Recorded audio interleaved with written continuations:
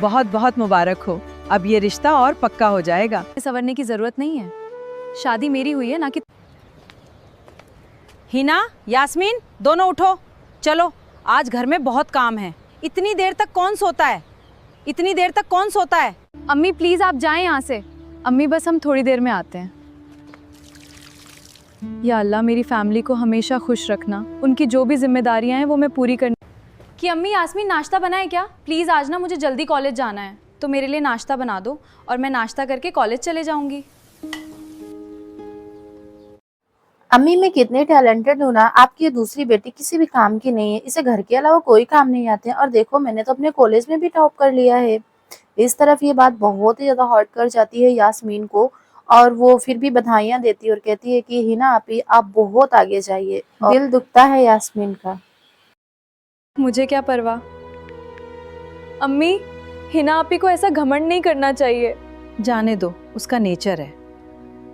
दूसरे दिन रिश्तेदार घर लेकर रिश्ता आते हैं और कहते हैं हमने सुना है कि आपकी बेटी ने कॉलेज टॉप किया है। हाँ हमारी बेटी पढ़ने में बहुत अच्छी है, तो हमने आपको जुबान दी थी ना, तो अब आप ये रिश्ते के लिए हाँ कर दीजिए। बिल्कुल। फाइनली 8 साल की इस रिलेशनशिप की वक्त आ गया है। हाँ।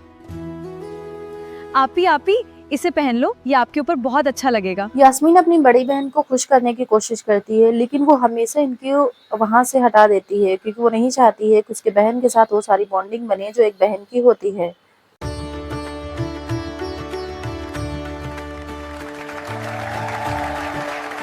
बहुत बहुत मुबारक हो।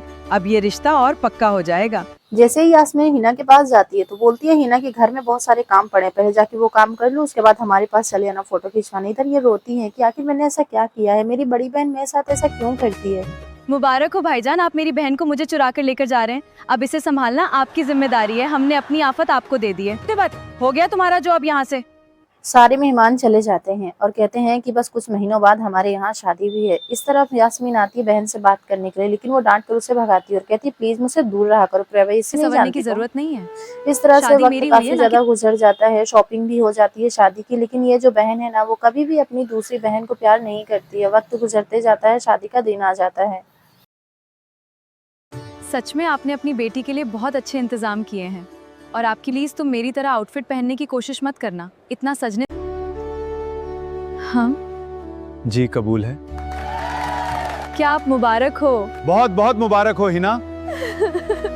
विदाई हो जाती है, लेकिन ना यास्मीन की तबीयत वहाँ पे खराब हो जाती है। शादी की मेहनत, और बहुत पहले यास्मीन के साथ कुछ ऐसा हुआ था जिसके बारे में सारे घर वाले तो जानते हैं, लेकिन हिना जानकर भी उसे परेशान करती है।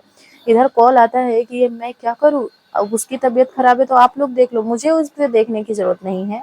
डॉक्टर 5 लाख रुपए मांग रहे हैं, लेकिन यहाँ पर यास्मीन के पास पैसे नहीं है। उनके पेरेंट्स कहते हैं सारा कुछ तो हमने हिना की शादी में खर्च। पार्ट 2 में यास्मीन का वो राज खुलेगा जिसकी वजह से इतनी ज्यादा तबीयत खराब हुई है। अब ये यास्मीन रहेंगी नहीं रहेंगी ये तो आपको अगले पार्ट में देखने को मिलेगा। पसंद आया तो जरूर बताएं।